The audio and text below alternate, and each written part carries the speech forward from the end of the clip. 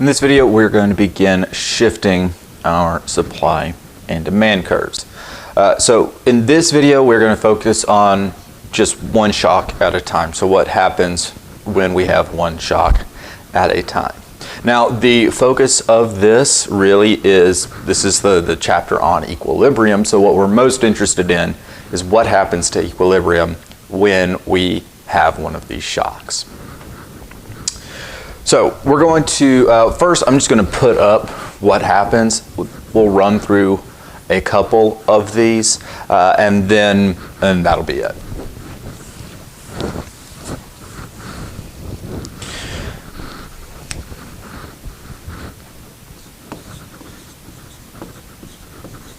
All right, so looking at demand first. All right, if the demand curve, if demand increases, so if demand shifts to the right, what's going to happen to equilibrium is this. All right, if demand shifts to the right, then our price, our equilibrium price and our equilibrium quantity are going to go up. If demand decreases, then the opposite is going to happen. All right, equilibrium price decreases and equilibrium quantity decreases. All right, it's nice with demand because if we're just shifting demand, then price and quantity are going to move in the direction that demand moves, right? So as demand increases, the equilibrium price increases, equilibrium quantity increases, and then the opposite is true for when we have a decrease in demand.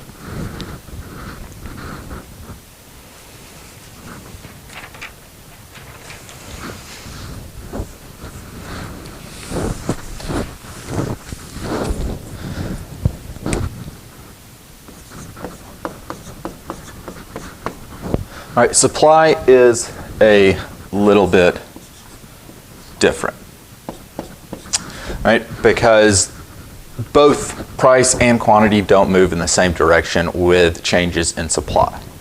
All right, when the supply of a good increases, the equilibrium price is going to decrease and the equilibrium quantity is going to increase. Right? And this makes sense if we think about it, right? You know, if supply increases, that means, you know, there's more of it available, so we would expect equilibrium quantity to increase, right? And if there's more of something, right, the price is going to be lower, right? It's kind of that whole thing of that the more there is of it, kind of the less valuable it becomes. Again, kind of that idea of scarcity. The more scarce something is, generally the more valuable, right? If we are increasing the supply, increasing the quantity, right, it's less scarce, the price would be expected to go down. Right? If the supply for a good decreases, then, well, now the opposite is true. The good is more scarce, so the price would be expected to increase. And of course, if you decrease supply, you would expect a decrease in equilibrium quantity. All right, so that's the gist of it, right? That's the overview. That's what's generally going to be happening. So if, you know, that's kind of a way that you're able to really grab information, right, by just looking at kind of a list, right, then that will probably serve you well. For some of us, we might like to see it in action, and that's what we're going to do now. All right, so we're going to go ahead and draw out a supply and demand, and we're going to actually put these in scenarios, all right, much like we did when we were shifting just supply or just demand by itself.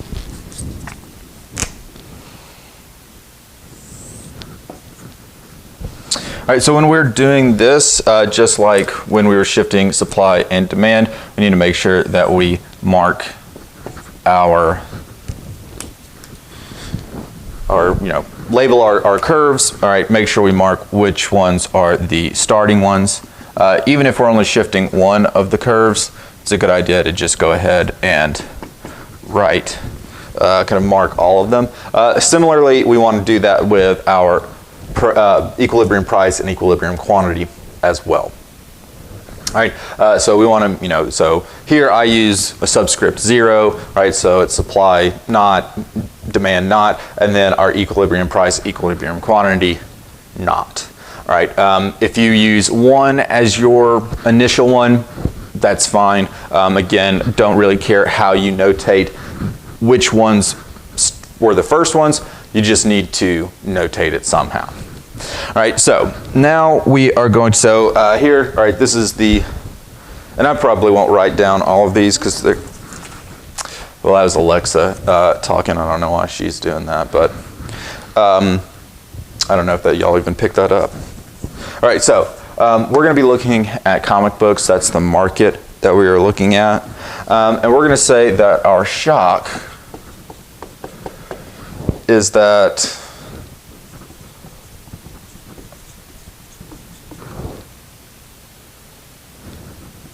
comic book movies become very popular, all right? Or so comics or movies based on comic book characters become very popular. All right, do we think this would have an effect on the market for comic books, right? And if so, which curve is it going to shift? So this is where it gets a little bit more complicated, because not only do we have to identify which curve, right? Well, really, we have to, identify the shock that this is most appropriate for, and then determine whether that's for supply or demand.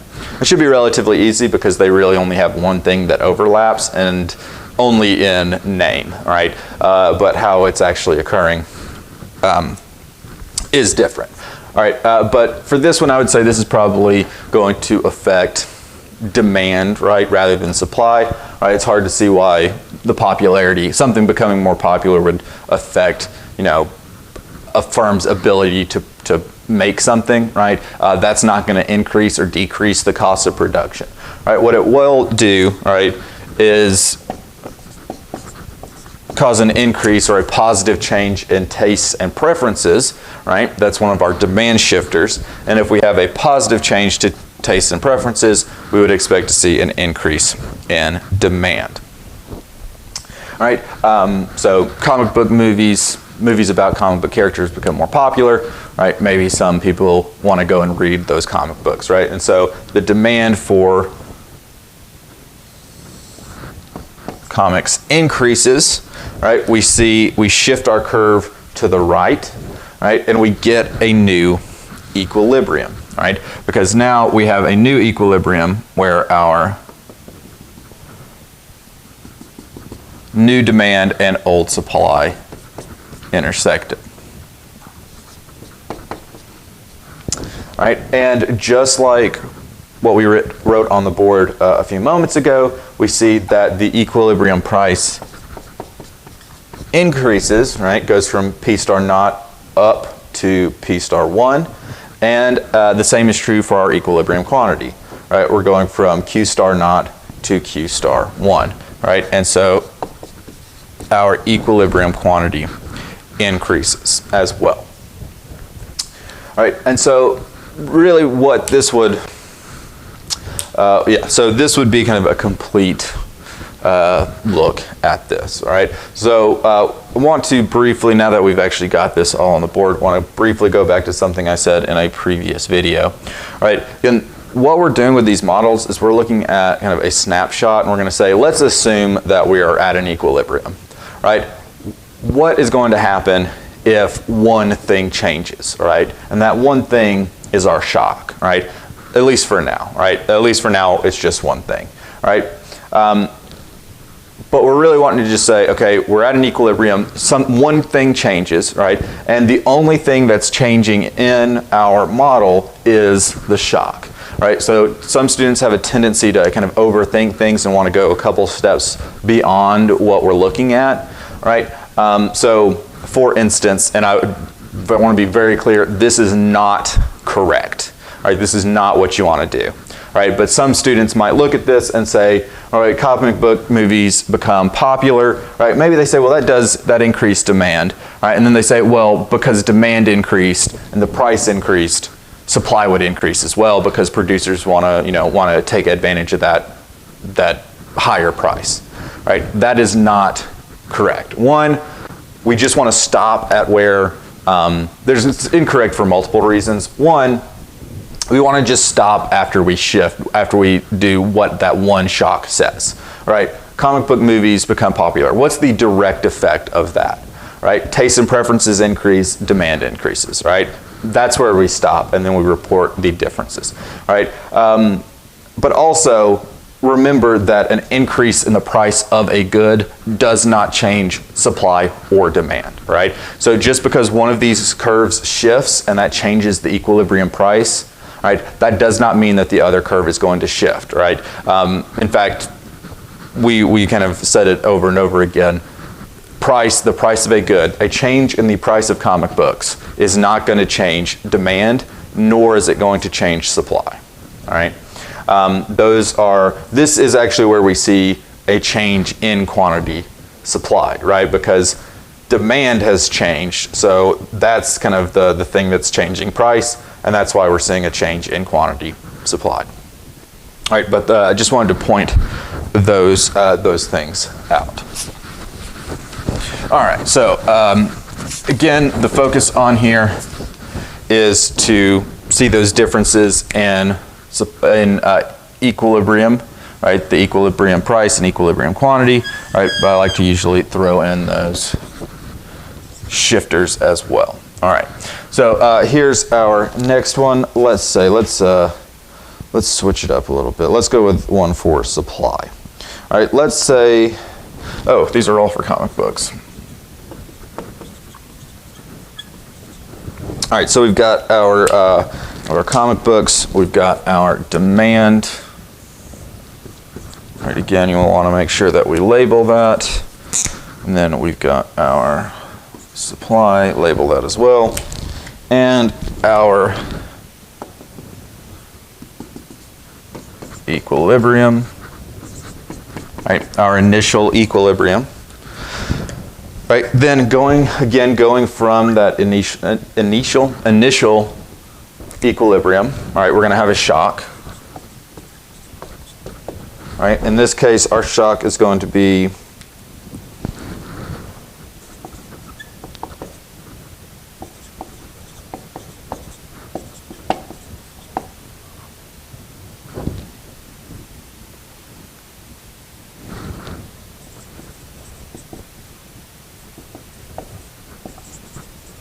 all right, we're going to say that comic book stores or comic shops start shutting down.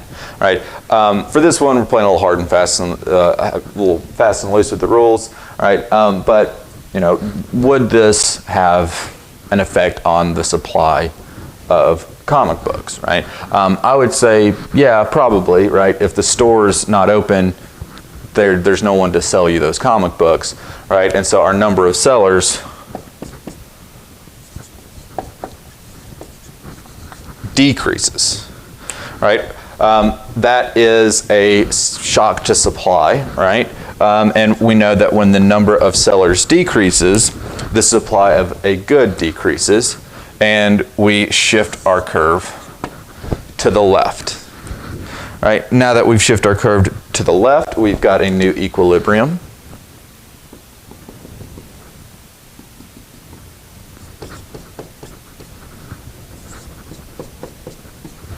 All right, and just like we said at the top of this video, right, we see equilibrium price increasing and equilibrium quantity decreasing.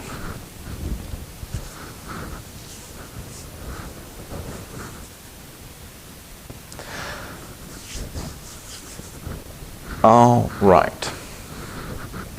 So that is another example of shifting those curves, right? So this is an example of, the first one we did was demand, now this is supply.